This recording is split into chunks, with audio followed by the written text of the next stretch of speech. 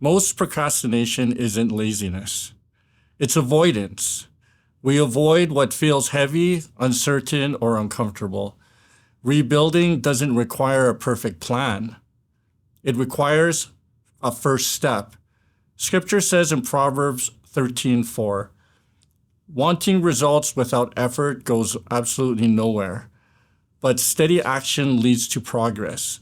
So today's rebuild assignment is to choose one task you've been putting off.